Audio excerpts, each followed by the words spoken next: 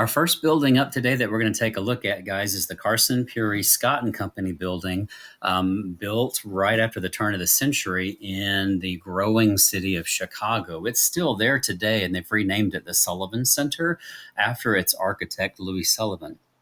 I wanted you to see a short little excerpt from the video that basically is embedded at the bottom of the page. 10 Buildings That Changed America helps us to kind of understand why this building was so innovative and what we need to remember about it when we think and write about it. So I'll turn it over to the video.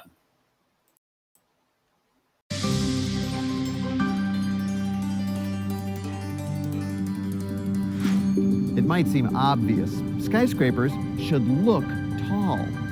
But they never did until this St. Louis skyscraper reached toward the heavens in 1891. The thing about the Wainwright that's so extraordinary is it's the first building that revels in the height. Not just that it can go up to 10 stories, but that it can do that in a lyrical way. Louis Sullivan claimed to have designed the Wainwright building in just 3 minutes. But in reality, he was building on a decade of discoveries by other architects.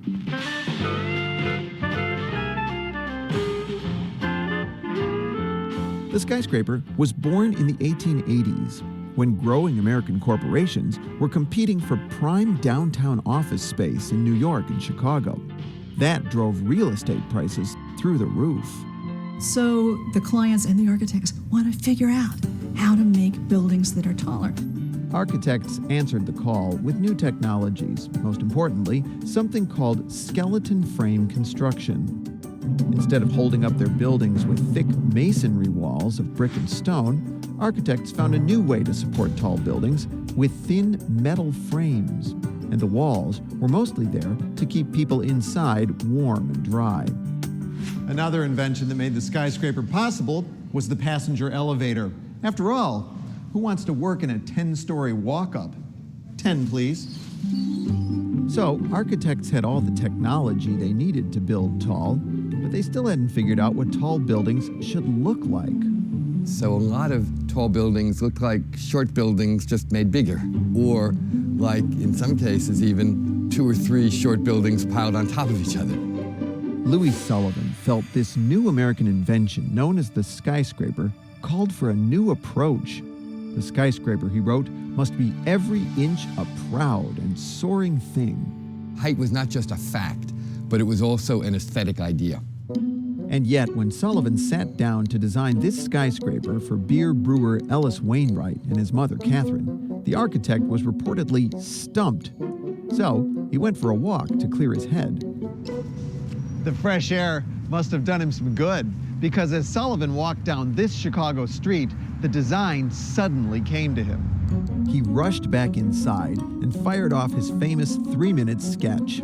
Sullivan threw the sketch down on the table of his young draftsman, Frank Lloyd Wright. The Wainwright Building in St. Louis. More than 60 years later, Wright recalled the moment when the Wainwright Building was born. He said, "Wright, the thing is tall.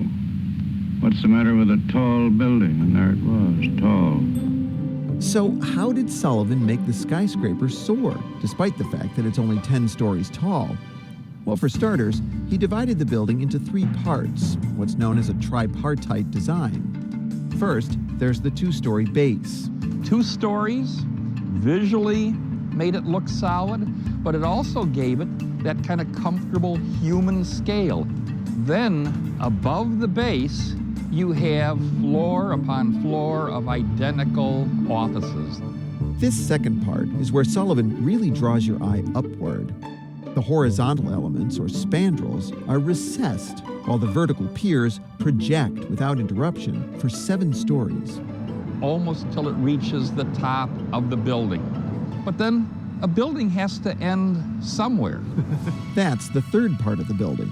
And so then, these vertical lines, as they reach the very top, suddenly burst into ornament.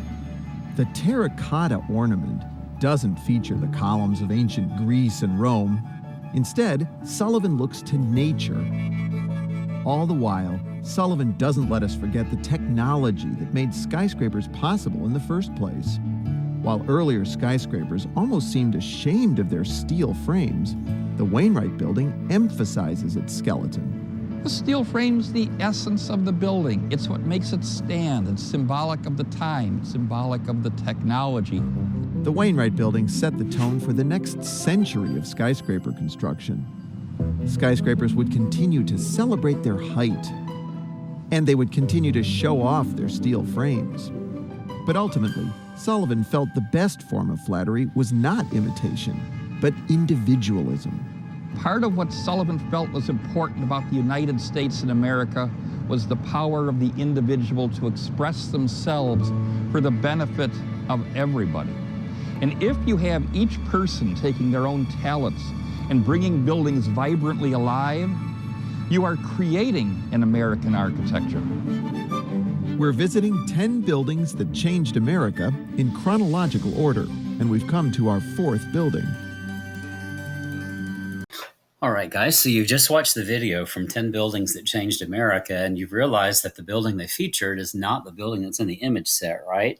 We're going to talk about the Wainwright building and its red terracotta panels in just a second. But let's bring it back now to the Carson Peary Scott building. I wanted to show you this period picture, which shows you the building when it was built originally, and the fact that there were very few buildings around it that were as tall. This is a multi-story structure that dwarfed the other buildings around it, as you can see if you look to the far left or far right.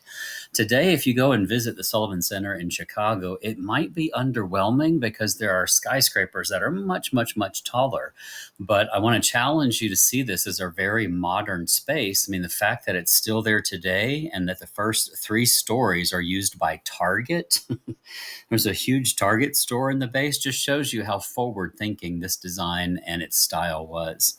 So in order to understand this work, we kind of have to look back to the old technologies of the 19th century. And that's why I wanted to show you the Crystal Palace. In 1850 now, this is the era where Britain is really going through the second wave of its Industrial Revolution. And what this building features is the fact that prefab construction has become a real thing in architecture. London was hosting a large exhibition that year, and countries were coming to see the latest and greatest innovations that they could then take back to their home countries. And the government needed a pavilion large enough to house those large crowds and large exhibition spaces. Now, it's supposed to be a temporary building constructed very, very quickly in preparation for the celebration. So the building was put up in 6 months because everything you see is an element that was prefabricated in a factory and then shipped to site. Now, that's very different than the way that most people typically work. At this time, each building is seen as like a separate entity unto itself, and you might even see stonemasons and carvers on site fitting specific stones to go in particular places. With this kind of architecture, you're able to basically house large spaces very, very quickly. And it seems like this is going to be the wave of the future. Building, building, building, fast, fast, fast, prefab, prefab, prefab. This is all machine generated stuff. So the exhibition basically was the first time to see glass and steel. Not glass and steel, glass and iron artwork. We call that ferrovitreous construction. And it becomes kind of a feature that you see in a lot of buildings toward the end of the 19th century in Paris and Milan and several other places. But this is the first time that we see it. Can I remind you guys, too, that 1850 is the same year that Courbet paints his Stonebreakers? He is painting that at the time that they're celebrating, riots and public uprisings. So this is seen as like forward-thinking architecture that can solve a lot of problems for industry and progress moving forward. You can see here the construction still used the typical tools, heavy labor there, lifting those rafters up to be assembled. But once they were assembled and locked down, you could move on segment by segment down the building and move very, very fast. Here's some guys installing the glass panels. Every aspect of the building as it was put together was thought out so that you could simply see this going up very, very quickly. So when this was all put together, you get a sense of the enormous spaces. Kind of looks like our modern day shopping malls because it was multi-storied there, and you have large spaces where people can gather. It's open and airy as long as the climate is not too hot. something like this in a southern clime might not be the most welcome thing. The style gets adopted for botanical gardens and greenhouses, so you may see these on your many travels all over the world. Today in Dallas, you don't have to go that far. Basically, we have an Infomart that's the part of the market center complex downtown, and it's basically based off of the Crystal Palace. You would think that this would be kind of a neat building to go in, but I have to warn you that reflective glass and the wall coverings are there to block out the hot Texas sun, because I don't think our architects were really thinking about climate when they just decided to pop this into position. It's actually the darkest building in Dallas to go into. And I feel like that's a shame, because it's not really following what it was designed to be for. But Texas heat's a killer, so you got to consider the site as well. Of course, you guys are familiar with the Eiffel Tower. In 1889, another world exposition goes into play. France is now getting to flex its industrial muscle, and Gustave Eiffel is basically designing something just specifically for that celebration. The construction was supposed to be taken down after the fair, but it became such a beloved icon that it had a life of its own, even into our modern day. If you guys take a look at the construction photos, just for fun here, the Eiffel Tower's, the Tower FL, I should say, is going up left to right. People were worried at the second stage of construction that this tower was going to be very, very weak, because they weren't seeing any formal properties that people at that time identified with strength. So between that second view and the third view, can you see what FL added? He added arches in the supports. They're not really needed, but they made people feel like this thing was going to be stronger, because that was a form that was associated with the Roman arch that made that building fairly strong. So this is seen basically at the time as like a symbol of all that science and technology and innovation can create. And early 20th century artists are going to include this as kind of like a powerful icon of change and forward progress and innovation.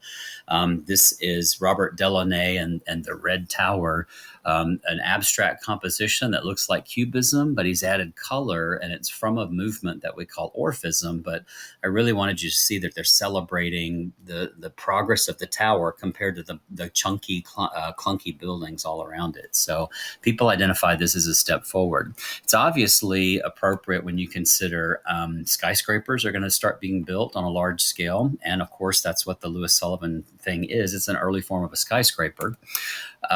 So this is kind of like a step in that direction. Now, up until this point, we've been focusing heavily on industrial technology, and that's something that other architects lamented, like William Morris and Charles Rennie Mackintosh. These guys were part of a movement known as arts and crafts, and they argued that the craftsmanship, the handiwork of the individual artist or architect needed to be first and foremost in the design of the space.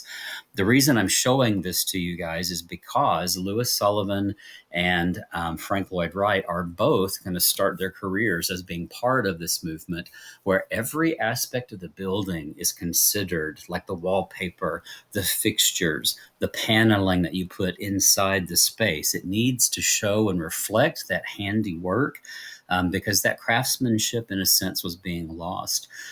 You guys might remember William Morris as the guy who brought the Arteville carpet to the British Museum, the Victoria and Albert Museum, where you still see it today.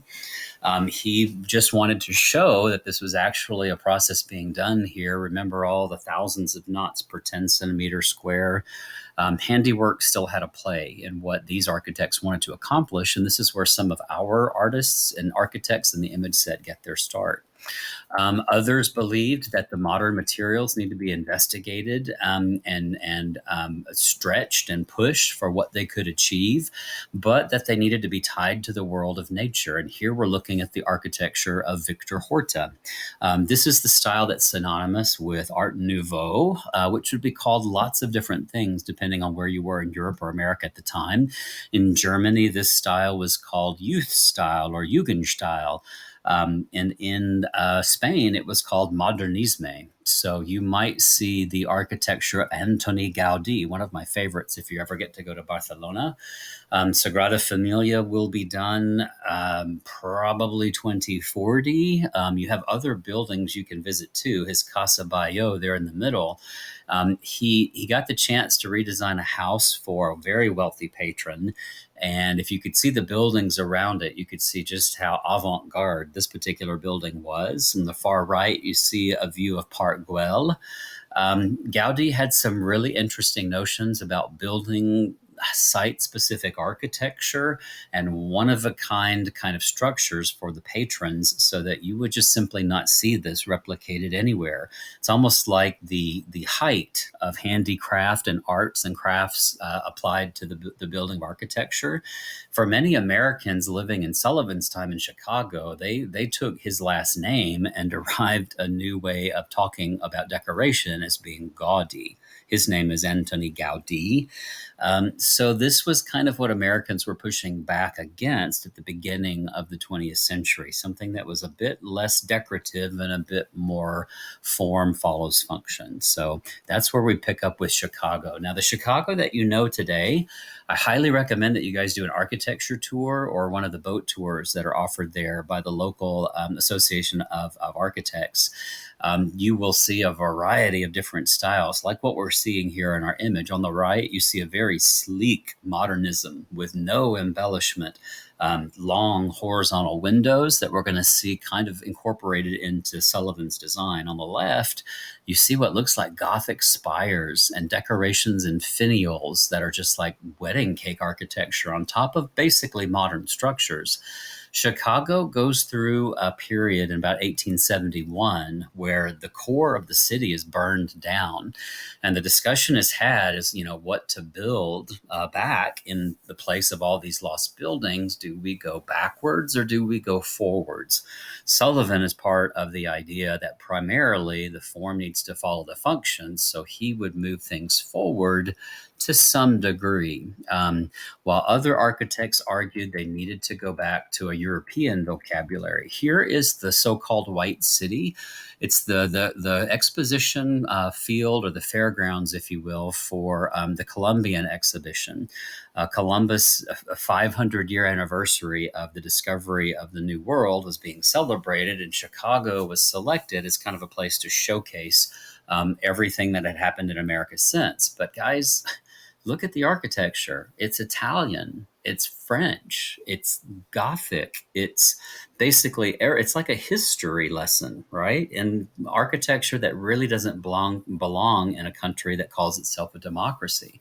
So most of these buildings were torn down after the exposition, and I think that's kind of telling. These weren't really functional spaces for people to use on a regular basis. Fairgrounds are still there with all of the lagoons and the waterways, but the buildings have long since disappeared. But this was one vein of architecture at the time, historicism that we've seen before in the Palace of Westminster and buildings in and around Vienna.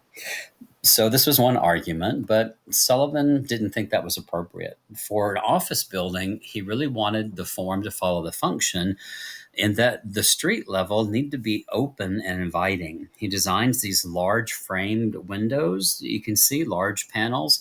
Today, if we go to New York or Chicago, these are the very windows that are decorated with all the displays that we see around Christmas time or the holiday season. And they've become kind of something we take for granted. If you want to know what a store is about, you look in its windows, right? But up until this time, you had to actually enter the building and be escorted around to the things that you need. You didn't go pull things off shelves. They were pulled off shelves for you by an attendant, and they were organized to be quickly findable. You couldn't really kind of window shop or look around for yourself. So this is seen as something of an innovation.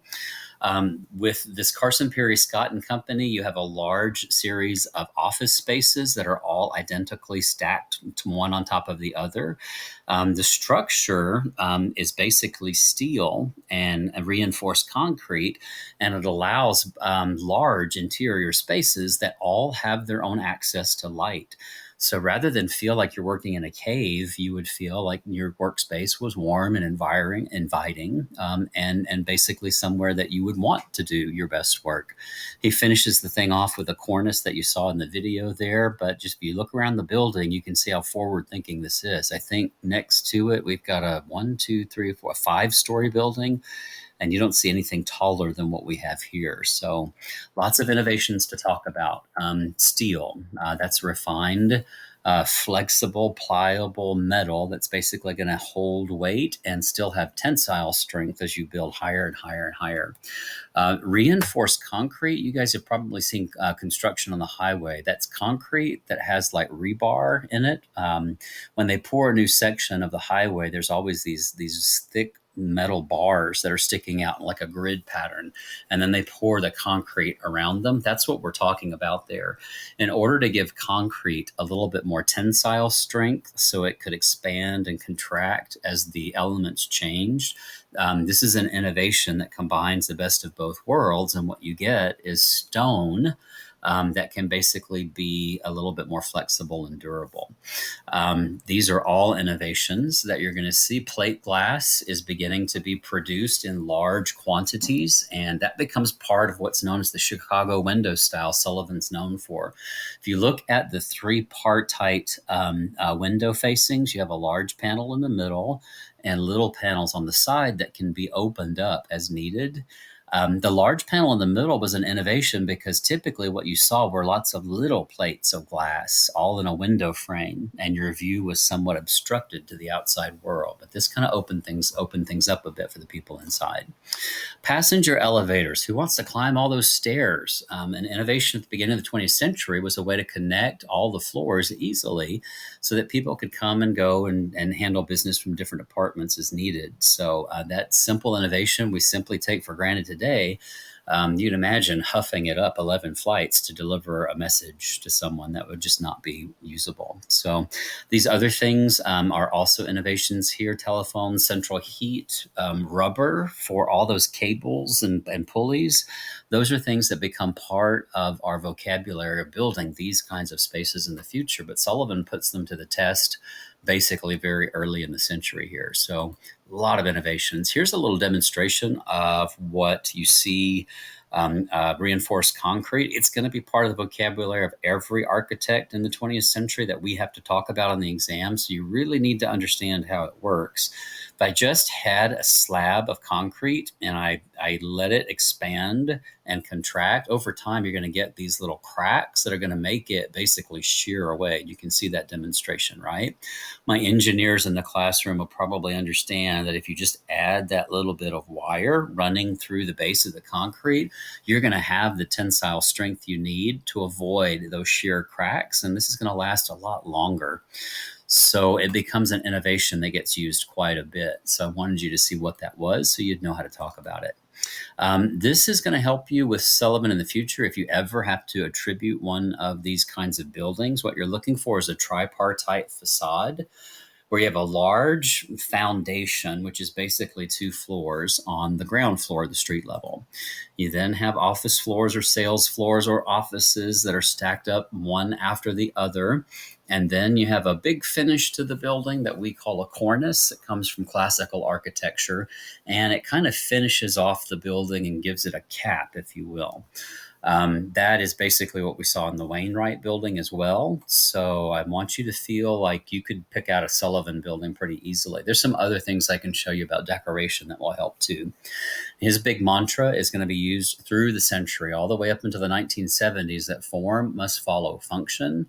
That what the building does is what it has to be designed to accommodate. And the decoration you see at something like the Palace of Westminster really had no play in Sullivan's vocabulary.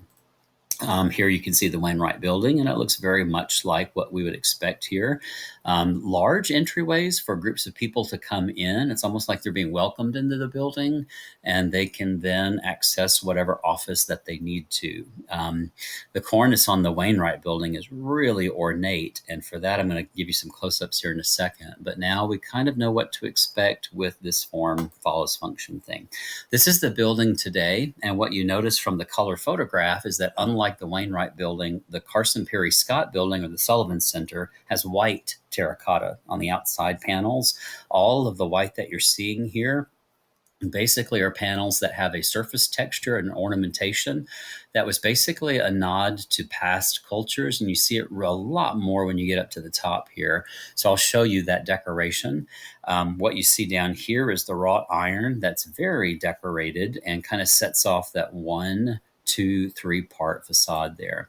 The horizontal lines that you see there, without the other buildings around, you're reminded that this area, the Chicago area, was basically a city on the plains. Sullivan wanted to tie the horizontal lines of the plains to the building as it sat there, and he wanted to fuse this building into what he knew would be a future built environment. He emphasized vertically the corner of this thing, so that's the most vertical part of the building that you see. The entryway is kind of a marker, but everything else is a row or course of windows that look basically the same.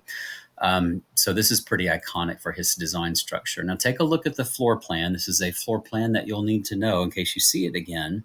What you see is that the steel girders and supports that are all throughout the building kind of open up this large space, so it could be reconfigured depending on what season it was or what was being sold in the store at the time. That's why Target went in recently and refurbished this space and made a very modern kind of store out of something that was right at the turn of the century, and it's still a functioning space today. So no heavy, thick walls, right? Thin curtain walls everywhere you look, with posts basically doing the heavy lifting. Prior to this time, we would have seen thick walls doing the heavy lifting on the outside, almost like a Romanesque church. So this is seen as a real innovation that opens up the floor plan. Here you can see Louis Sullivan. I mean, form follows function didn't guide all of his decision-making, did it?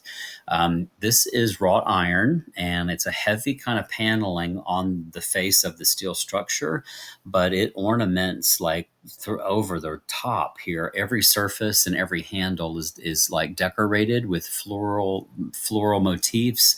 I think this might have been the Art Nouveau tendency, and it might have also been part of his arts and crafts background, that this needed to show the artist's handiwork, that he was actually building something with his own hands here.